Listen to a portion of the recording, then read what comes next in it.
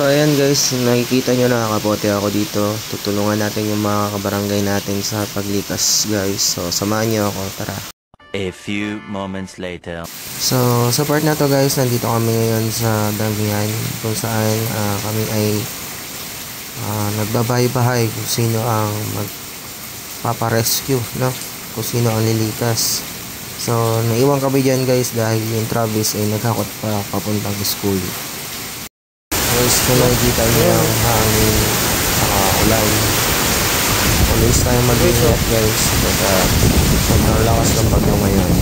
So dito sa part na to guys, ito na yung mga nailipas namin, no, sa oras na to dito sa school. So panoorin nyo na lang guys.